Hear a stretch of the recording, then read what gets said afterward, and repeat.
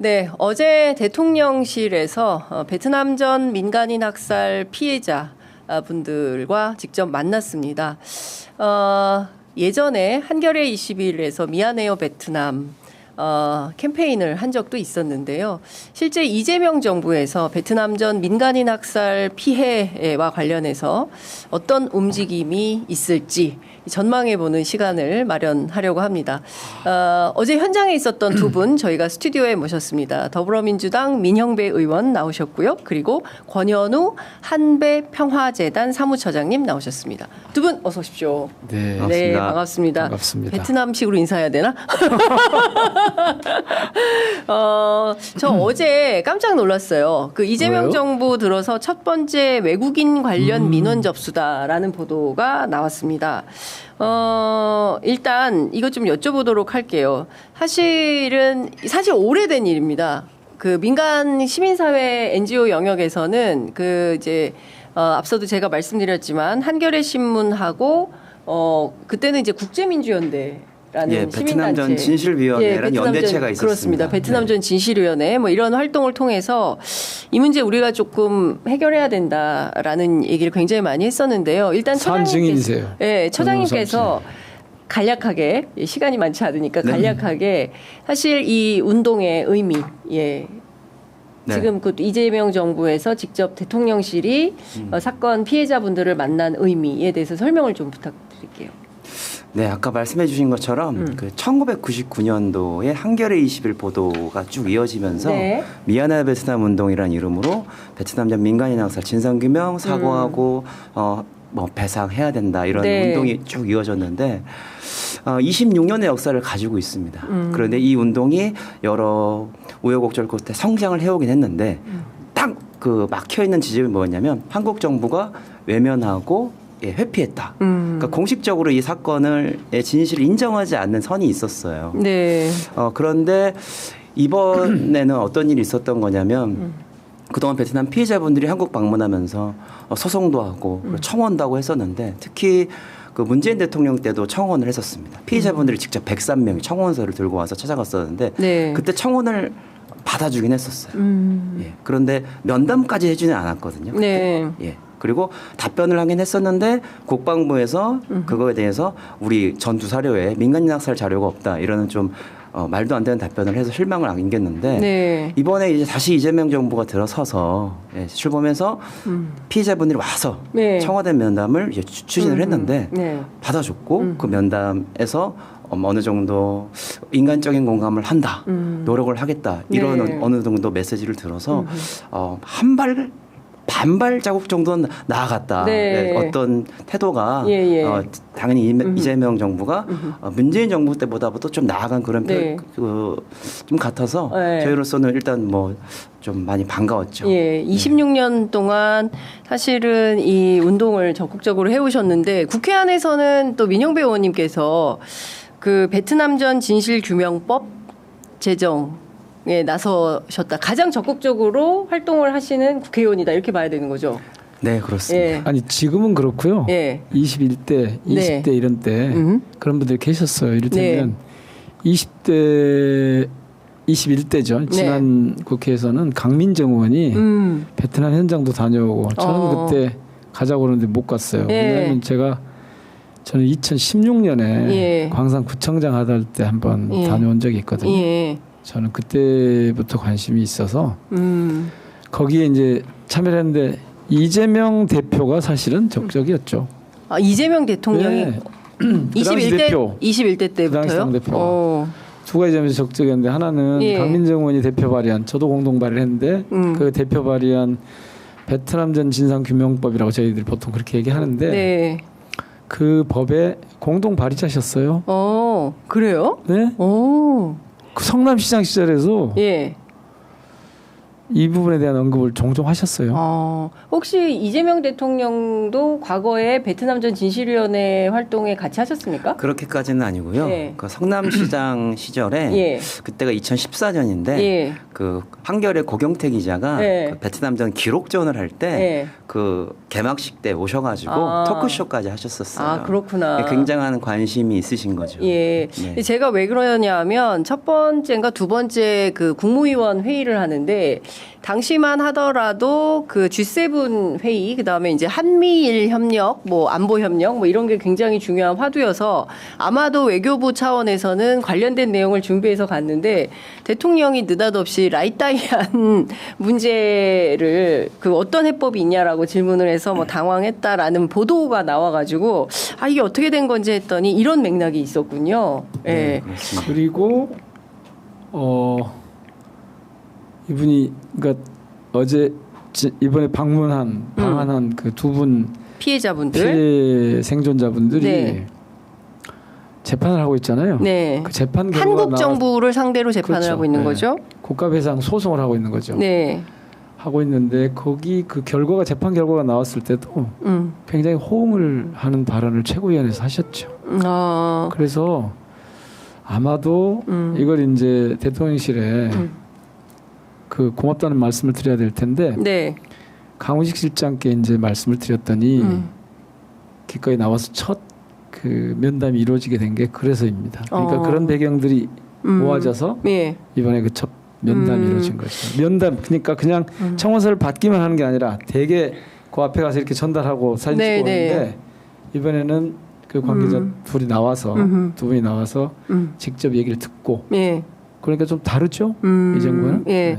그래서 저는 여기서 이제 한배 관계 특히 우리가 어쨌든 그 야만의 역사가 있고 무거운 과거잖아요. 네.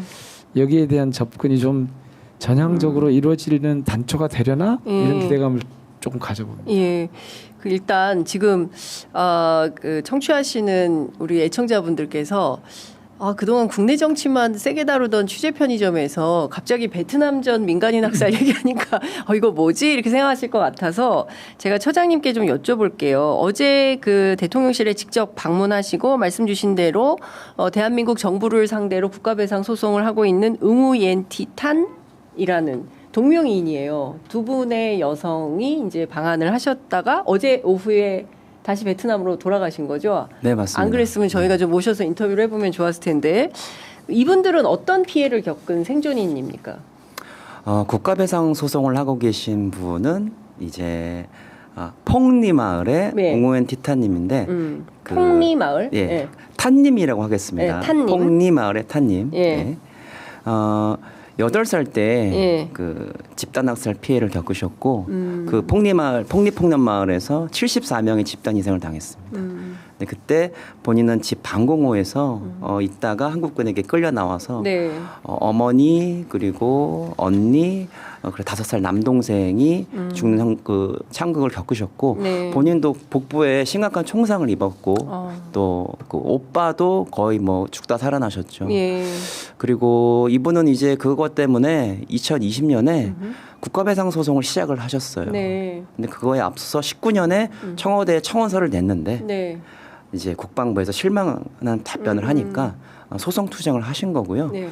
23년에 1심에서 승소하고 2심에서도 25년 1월에 승소를 하셨습니다. 네. 근데 그 내용상 모든 법정 투쟁 지점에서 사법부가 거의 뭐 원고의 손을 완벽하게 들어줬어요. 그러니까 네. 판결문 내용을 읽어보면 사법부가 이게 이제 대법원까지 갈 건데 진실 규명의 차원에서는 더 이상 재론이 없도록 네. 거의 못 박았다 수준 정도의 내용이었고요. 예. 그리고 제가 뭐 함의마을 그 분도 말씀드리면 될까요?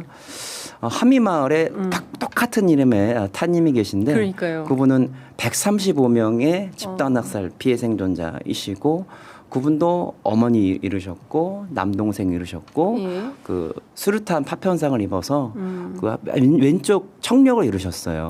네, 그래서 지금도 많이 힘드시고 그분께서는 폭리폭력 학살에 비해서 그 증거 자료가 많지는 않아요. 그러니까 폭리는 참전군인의 네네. 증언 자료도 있고 예. 미군 조사 보고서도 있고 법정 투쟁할 만한 게 있는데 함의는 좀 부족해서 한국의 진실화해위원회에 이제 진실규명 신청을 2022년에 하셨습니다. 네. 거기가 이제 한국 그 현대사에서 권위주의 정부 시절에 네, 국가폭력 피의자들의 그런 진실규명 요청을 들어주는 곳이니까 네. 이분도 한국군 피해 그 피의자거든요. 했는데 진화위에서 이 문제를 한 1년 넘게 검토를 하고 있다가 결정이 난 게 이제 윤석열 정부가 출범하고 그 윤석열 대통령의 꽂은 위원장이 그때 결정이 났는데 네. 그 과거사법의 기준에도 없는 기준으로 그 기각 결정을 내렸는데 외국인이기 때문에 신청인이 네. 그 사건이 외국에서 일어난 사건이어서 안 된다. 조사 범위가 아니다. 이렇게 네. 각하를 시켰어요. 네. 근데 진화위에서 외국인이지만 예. 한국인 입양아여서 예. 진실 조사한 적이 있고 그리고 그 외국에서 일어난 사건으로 베트남전 참전군인 그 진실규명 해준 적이 있거든요. 네. 그래서 저희는 너무 부당한 판결이다 해가지고 피해자분들과 함께 행정소송 투쟁을 좀 네. 하고 있는 거죠. 그렇군요. 네. 의원님께서는 이 법으로 풀어야 되겠다 이 문제를 입법으로 해결해야겠다. 왜 이런 결심을 하신 겁니까?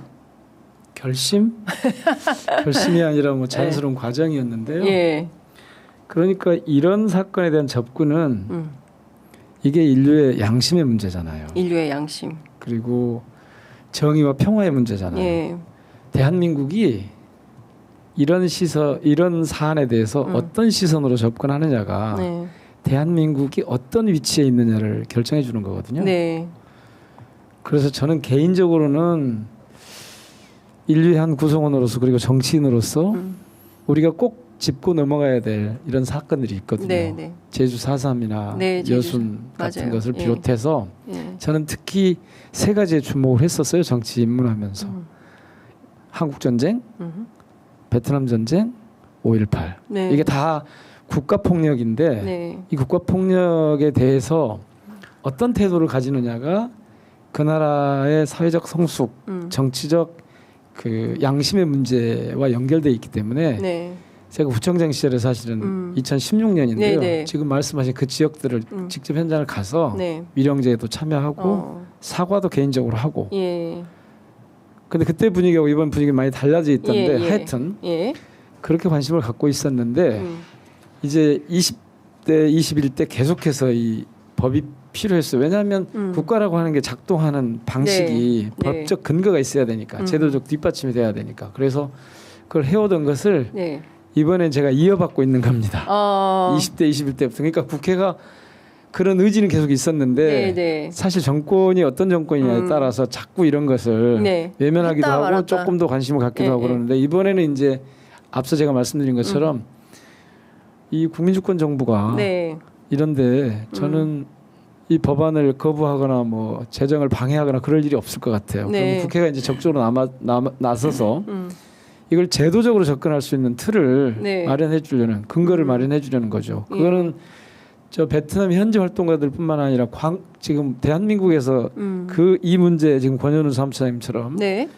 그 변호사님들도 몇 분 계시거든요. 예, 예, 이런 예. 분들 활동가들 그다음에 시민들도 있는데 이분들의 요구에 국민주권 정부의 국회니까 이 상대하고 있는 국회니까 거기에 호응하는 그런 차원에서 이번에 그냥 제가 대표 발의를 하는 것뿐입니다. 의원님이 이제 일단 총대를 메웠다. 네.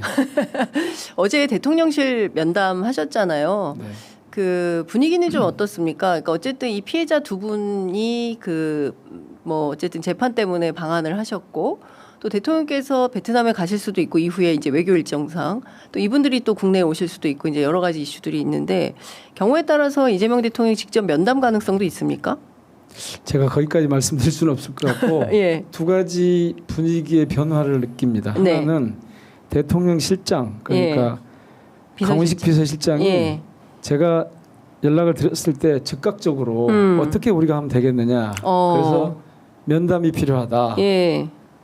라고 바로 조치를 해주더라고요. 예. 그래서 어제 대통령실 면담이 이루어졌던 거고 예. 그다음에 또 하나는 그분들이 그 당사자분들이 두 분이 면담을 끝나고 나오는데 눈물을 흘리시더라고요.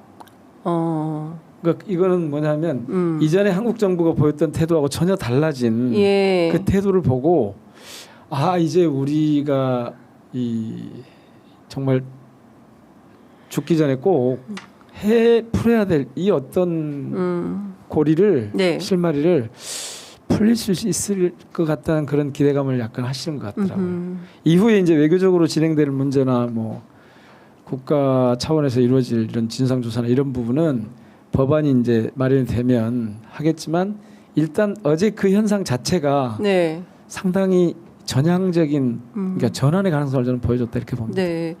그 사실 이제 좀 말씀하신 대로 이제 그분들하고 함께 이제 계속 일정을 동행하셨는데 네. 베트남 정부는 좀 어떤 입장입니까? 네. 베트남 정부는 일단 2024년 3년 예. 1월에 이제 국가배상성 1심 승소를 했을 때 그 환영 입장을 명확하게 즉각적으로 밝혔었고요. 그리고 또 흥미로웠던 게 네. 그때 1개월 뒤에 국방부가 이제 항소를 바로 했었습니다. 네네. 그때 강력한 유감 표명을 했었습니다. 그러니까 원래 이제 베트남 정부가 이런 과거사 문제 관련해서, 그러니까 한국뿐만 아니라 미국, 중국, 주변국들과 과거사 문제가 많은 그렇죠. 나라죠. 예, 예. 기본 입장이 과거를 닫고 미래로 향하자. 이게 기본적인 입장입니다. 네네네. 이게 거의 40년 동안 이어진 입장인데 그때 뭐라고 했냐면 우리가 과거를 닫는 것은 과거를 잊겠다는 게 아니다.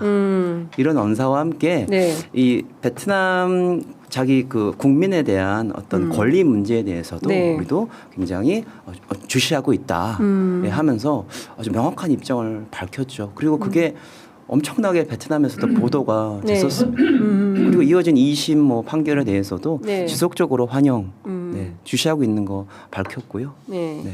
그러면서 꼭 짚어야 될 게 네. 있는데요. 네. 베트남 정부의 태도가 제가 2016년에 가서 위령제에 참여하고 거기 인민위원회 분들 가고 상의를 하고 그럴 때가 있었는데 뭘 네. 어떻게 하면 우리가 좋겠느냐 사과하고 상의하고 이런 특히 보상 문제도 이제 어떻게 생각하느냐 제가 물어보고 그랬거든요. 근데 그때만 해도 이분들이요 여기에 전혀 적극적이지 않았어요. 지금 과거를 닫고라고 했는데 우리가 더 이상 그 문제를 가지고 네. 지금 얘기할 때가 아니다. 근데 거기에 어떤 게 깔려 있었냐면 성전국 베트남인데 네. 이 성전국 베트남이 그 인류 역사의 그 전쟁사에서 미국을 상대로 해서 이긴 유일한 나라라고 지금 하는 자부심이 있었기 때문에 네. 그 당시에는 사과 보상 이런 것들이 그분들의 정책적으로는 그랬던 것 같아요 당시에. 근데 지금 보니까 이번에 그 국방부가 이제 1심, 2심 지고 나서 네. 상고를 했거든요. 예. 국방부가 예. 여기에 대해서도 유감을 표명하고 앞으로는 이 문제를 본격적으로 다룰 수 있다는 태도를 보인 걸로 보고 제가 9년 전이잖아요. 네. 그 사이에 베트남 정부의 태도가 많이 바뀌었구나. 그런 느낌을 제가 예. 갖고 있고 예. 이것은 이제 정치적으로 좀 외교적으로 해석을 해보면 앞으로 한배 관계에 네. 전환이 예. 그 실질적인 우호적인 그 관계가 그냥 뭐 정상화라고만 돼 있는 정도가 아니라 네. 현재 경제적으로 보면 굉장히 교류가 많이 있죠. 있거든요. 예, 예. 근데 이게 제대로 되겠구나. 이 사건에 대해서 어떻게 처리하느냐에 따라서 네네. 이런 느낌을 갖게 되고 그렇게 되면 나중에 한배 베트남 정상회의나 이런 걸 하게 되면 예. 회담 같은 걸 하게 되면 이 문제가 깔끔하게 정리되고 넘어가면서 새로운 그 동맹 관계로 예. 갈 수도 있겠다. 조금 급하긴 한데 예. 그런 느낌이 저는 요즘 있어요. 동맹 관계까지도 갈까요? 그러니까 이분들이 더 이상 그 과거에 대해서 예. 한국 정부가 정확하게 사과하고 그 사실에 대해 진실을 규명하고 그리고 그것이 베트남 인민들에게 베트남 시민들에게 예.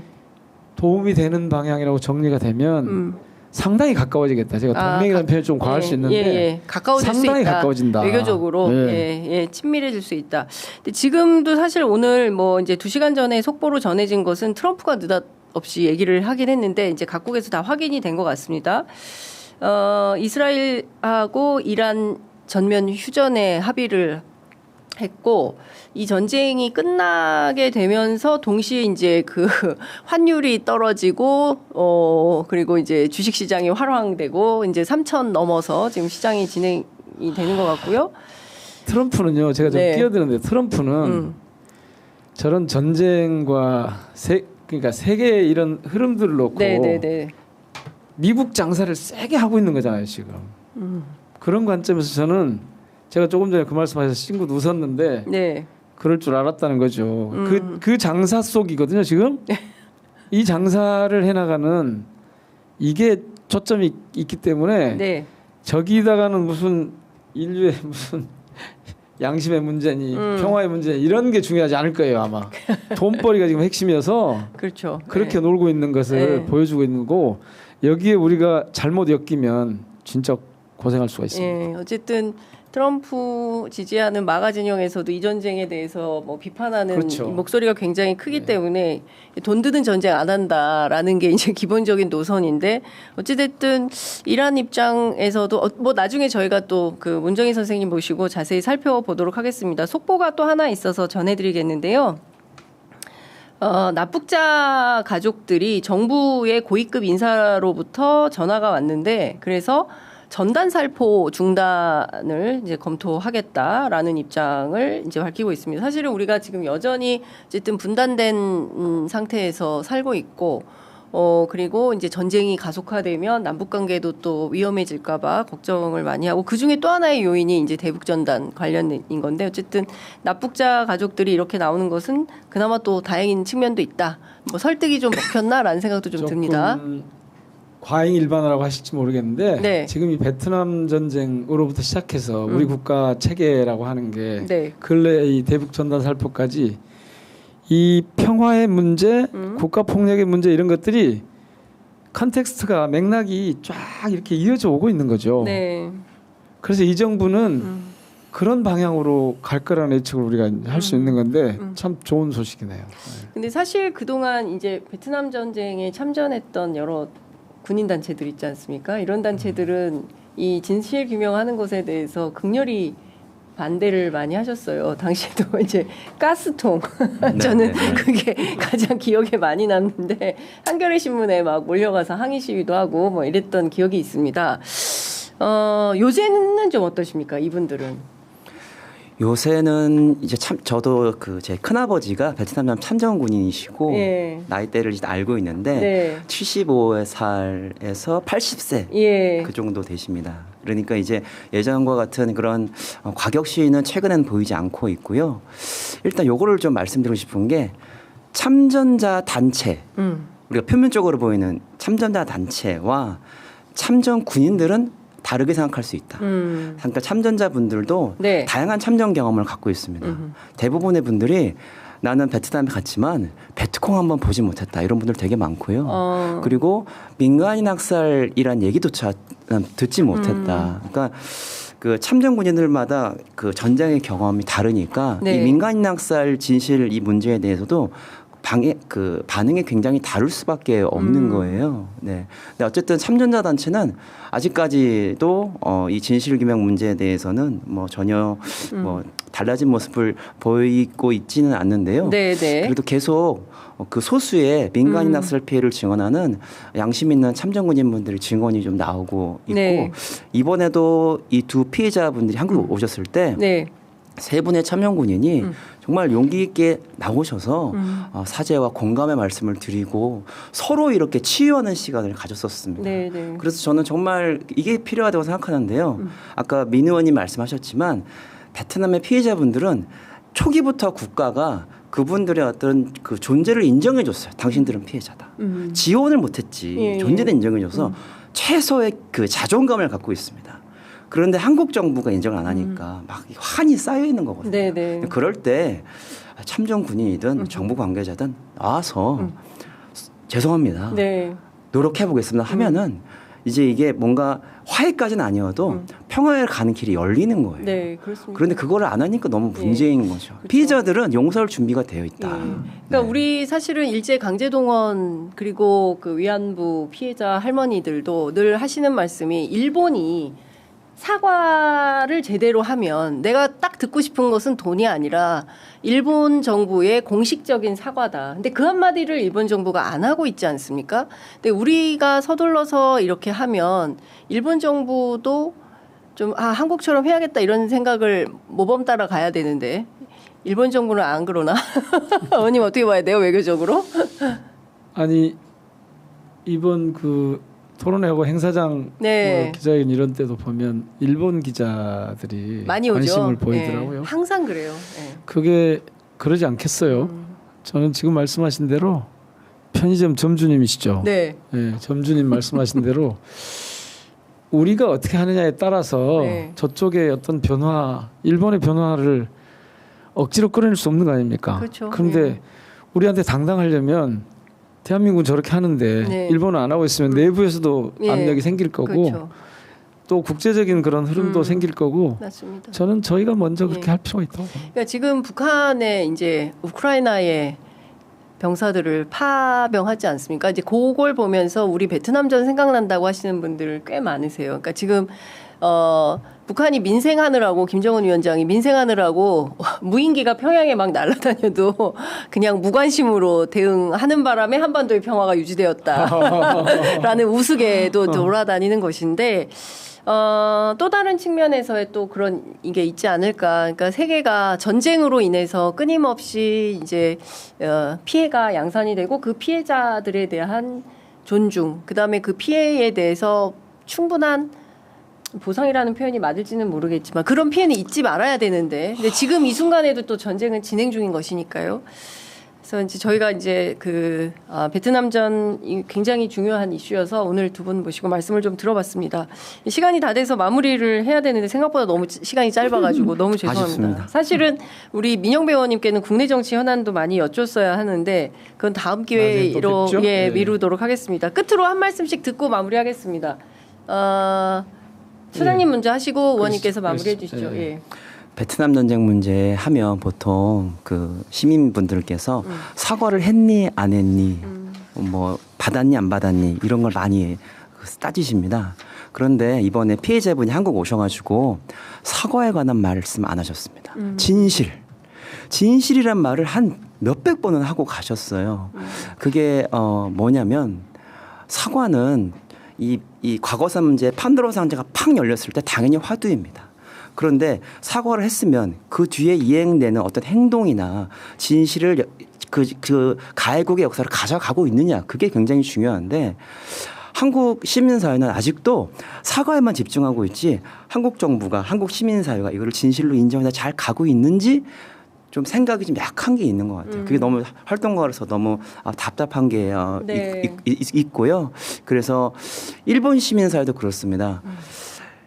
일본 정부의 입장은 뭐 더 이상 말할 건 없는데 일본 시민사회는 2000년에 위안부 문제 관련해서 그 모의 법정을 연 사례가 있습니다. 네네. 그리고 그거를 그때 한국 시민사회가 함께 했었고 네네. 우리 피해자분들이 가셨었고 그거를 보고 2018년에 네. 한국에서 베트남 전쟁 관련해서 시민법정을 열었어요. 아, 그렇구나. 이 한일 시민연대가 예. 역사적으로 쭉 이어진 거죠. 아. 그래서 시민들은 이미 예. 의식이 있어서 연대를 예. 하고 있습니다. 이제 정부끼리가 이제 문제인 거예요. 예. 이게 앞으로 잘 풀 수 있도록 예. 국회에서 네. 각 정부기관에서 예. 노력하셔야 된다고. 예. 이 남은 시간이 없습니다. 피해자분들 많이 돌아가셨고요. 예. 저희 큰아버지 80 넘으셨어요. 예. 더 이상 시간을 지체하면 안 됩니다. 이재명 정부에서 네. 서가보다 저는 네. 프로세스, 이 진실을 회복할 수 있는 프로세스를 만들어 주시길 예. 간청드립니다. 예. 그리고 시민분들의 강력한 지지가 필요합니다. 예. 저 이명배 의원님이 감히 총대를 멜 수 있는 이유가 뭐냐면 예. 광주 때문입니다.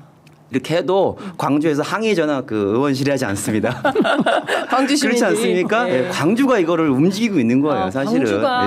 광주가 움직이는 광주가 거다. 지금 베트남을 예. 함께하고 있습니다. 네, 이상입니다. 네. 아유, NGO 활동가 이렇게 훌륭하군요. 예. 꼭 필요한 존재인 것 같습니다. 예. 의원님, 마무리 말씀 듣겠습니다. 그러니까 빌리 브란트가 1970년 폴란드에서 무릎을 꿇었잖아요. 그 예, 유명한 맞습니다. 사진 우리가 예, 알잖아요. 예. 나는 인간으로서 독일의 책임을 짊어진 대표로서 이 무거운 과거 앞에 무릎을 꿇었습니다. 이렇게 했는데 지금 우리 정치가 그래야 될 것 같아요. 인류의 한 구성원으로서 네. 정치인의 한 사람으로서 특히 이 진보와 평화를 염원하는 정치인으로서 무거운 과거, 야만의 과거에 대해서 우리가 사죄하는 마음을 일단 가져야 될 거고 그걸 위해서라면 진실의 문을 열어야 되니까 이 법이 지금 필요할 겁니다. 베트남전 진실규명법. 네. 이 법을 제가 다음 주쯤 발의를 할 생각인데 네.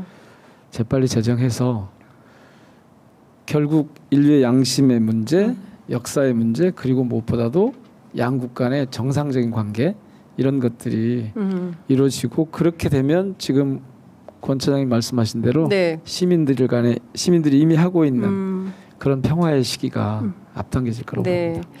네, 10초만 저. 네, 10초. 네, 저희 한배평화재단이 홍보하셔야죠. 시민분들의 후원이 정말 필요합니다. 네. 후원이 어려우시면 요 호아스 배지라고 베트남의 동백꽃이라고 할 수 있는 이번에 저희 그 타님들이 그 대통령실 관계자분들에게 직접 달아주시고 막 그러셨어요. 요거 구매로 후원도 가능하다 이렇게 말씀드립니다. 네. 한배 한번 보여주면 좋겠다. 한배 평화재단 후원에 여러분 함께 해주시면 좋을 것 같습니다. 제가 어제 거기서 선물로 되게 드리겠습니다. 감동적인 너무 감사합니다. 한 장면이 뭐였냐면 두 분이 오셨잖아요. 저희 두 분이 나오셨잖아요. 당신들 가슴에 달고 있던 이 호아스를 달아서 거기다 떼서 달아주셨어요. 떼서 달아주셨어요. 그러니까 본인들 걸 주고 가시더라고요. 그러니까 진짜 그 인류에는 가슴에서 가슴으로 이렇게 훈훈하게 그러면 얼마나 좋겠습니까? 이 전쟁이 끝나야 되는데 방금 전에 속보 들어왔습니다. 이란 입장이 나왔는데요.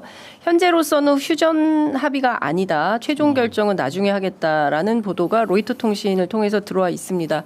어쨌든 트럼프는 휴전 합의를 했다라고 하는데 이란에서는 그게 아니다라는 입장이 나오고 있기 때문에 향후 상황은 조금 더 지켜봐야 될 것 같습니다. 자, 오늘 두 분 말씀 여기까지 듣겠습니다. 너무 말씀 잘 들었습니다. 고맙습니다. 너무 의미 있는 인터뷰였습니다. 고맙습니다. 고맙습니다. 감사합니다.